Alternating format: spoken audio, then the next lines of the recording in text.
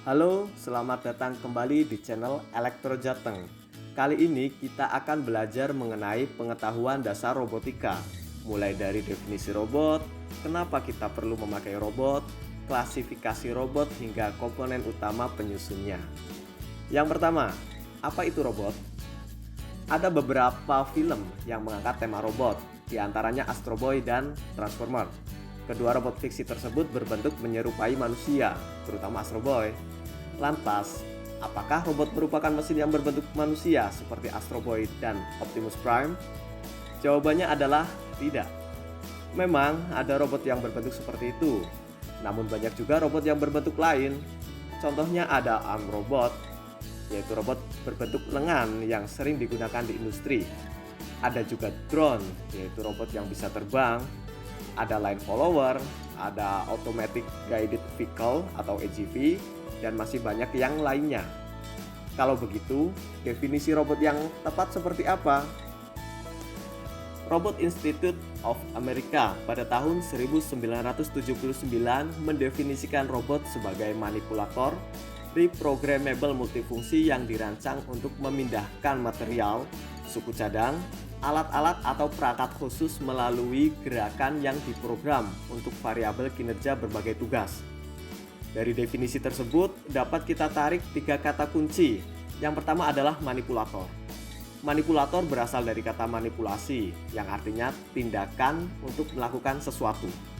Tindakan di sini contohnya seperti bergerak, memindahkan barang, memindai, membaca garis, menampilkan tulisan, dan lain sebagainya. Yang kedua adalah reprogrammable, yang artinya selain berupa alat yang bisa diprogram, robot juga harus bisa diprogram ulang sesuai kondisi yang diinginkan. Intinya di sini yaitu tidak hanya satu kali program. Program apa yang digunakan? Macam-macam, tergantung controller apa yang dipakai. Contohnya ada Arduino, Raspberry Pi, PLC, dan sebagainya. Yang ketiga adalah melakukan suatu tugas atau pekerjaan. Jadi tidak asal melakukan tindakan atau manipulasi, tapi dari tindakan tersebut ada pekerjaan yang diselesaikan seperti membersihkan rumah, memadamkan api, mengatur suhu, dan lain sebagainya. Nah, itu tadi definisi dari robot. Jadi walaupun bentuknya tidak menyerupai manusia, selama terdapat 3 unsur tadi, maka dapat disebut sebagai robot. Berikutnya adalah kenapa harus ada robot? Kenapa kita perlu menggunakan robot? Ada 3 jenis pekerjaan yang efektif untuk dikerjakan oleh robot. Yang pertama yaitu pekerjaan yang berulang, membutuhkan tingkat presisi yang tinggi dan susah, misalnya pada industri manufaktur mobil. Yang kedua yaitu pekerjaan yang berbahaya, seperti perawatan pasien dengan penyakit menular yang mematikan, atau pemantauan gunung berapi yang sedang erupsi. Dan yang ketiga adalah pekerjaan yang tidak mengenakan, pekerjaan yang menyebalkan atau menjijikkan seperti membersihkan kloset. Yang terakhir ini memang hanya berlaku bagi kalangan tertentu. Nah, kita sudah paham fungsinya, kita juga harus tahu jenis-jenis robot. Pengkategorian robot dibagi menjadi 2, yaitu berdasarkan pengoperasiannya dan berdasarkan base atau bentuk dasar dari robot. Berdasarkan cara pengoperasiannya, robot terdiri dari robot manual, di mana harus ada operator yang selalu mengoperasikan setiap aktivitas robot.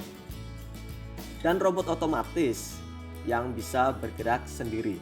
Robot otomatis ini umumnya disebut dengan istilah autonomous.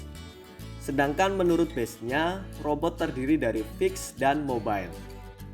Robot fix merupakan robot yang tidak berpindah tempat. Dia bisa bergerak namun tetap pada porosnya. Contoh robot fix yaitu arm robot. Kebalikan dari robot fix, robot mobile merupakan robot yang dapat berpindah tempat. Media gerak robot mobile secara umum dibagi 4, yaitu robot beroda, robot terbang, robot humanoid yang berbentuk menyerupai manusia, dan robot berkaki. Ada pertanyaan yang muncul, bedanya robot berkaki dengan humanoid apa? Kan humanoid memiliki kaki juga. Tentu ada bedanya. Robot humanoid itu strukturnya benar-benar menyerupai manusia, mulai dari kakinya 2, mempunyai tangan, badan, hingga kepala. Sedangkan robot berkaki itu yang penting memiliki kaki. Untuk struktur lainnya atau bentuk keseluruhannya bebas, bisa berbentuk apa saja. Umumnya juga kakinya lebih dari 2, bisa 4, 6, 8, atau bahkan lebih dari itu. Contohnya adalah robot dengan bentuk laba-laba. Terakhir, yang kita harus tahu yaitu komponen utama penyusun robot. Hampir semua sumber menyatakan ada 3 komponen utama robot, yaitu sensor, controller, dan aktuator. Sensor merupakan piranti input dari robot, mendeteksi kondisi di sekitar robot juga sebagai trigger atau pemicu aksi robot. Ada banyak sekali contohnya, seperti sensor ultrasonik, sensor suara, kamera, bahkan push button dan keypad juga termasuk. Data dari sensor akan diproses oleh controller, jadi controller dapat diartikan sebagai otaknya robot. Hasil pemrosesan data dari controller inilah yang akan menentukan aksi dari robot melalui aktuator, yaitu piranti penggerak atau output dari robot. Contohnya ada motor DC, motor servo, motor stepper, ada juga indikator seperti LCD, LED, dan masih banyak yang lainnya. Apakah hanya 3 komponen ini?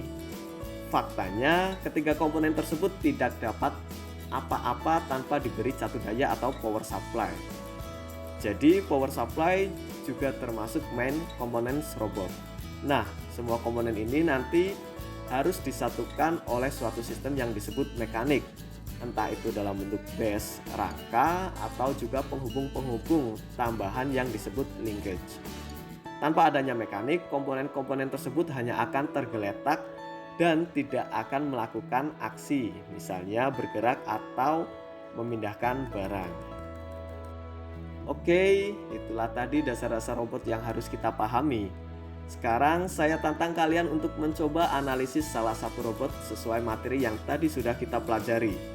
Silakan kalian pilih salah satu robot dan lakukan analisis mulai dari unsur definisinya, klasifikasinya, sampai komponennya apa saja. Kalian bisa mulai dari yang ada di lingkungan sekitar yang menurut kalian masuk kategori robot. Selamat belajar dan sampai jumpa di video selanjutnya. Bye.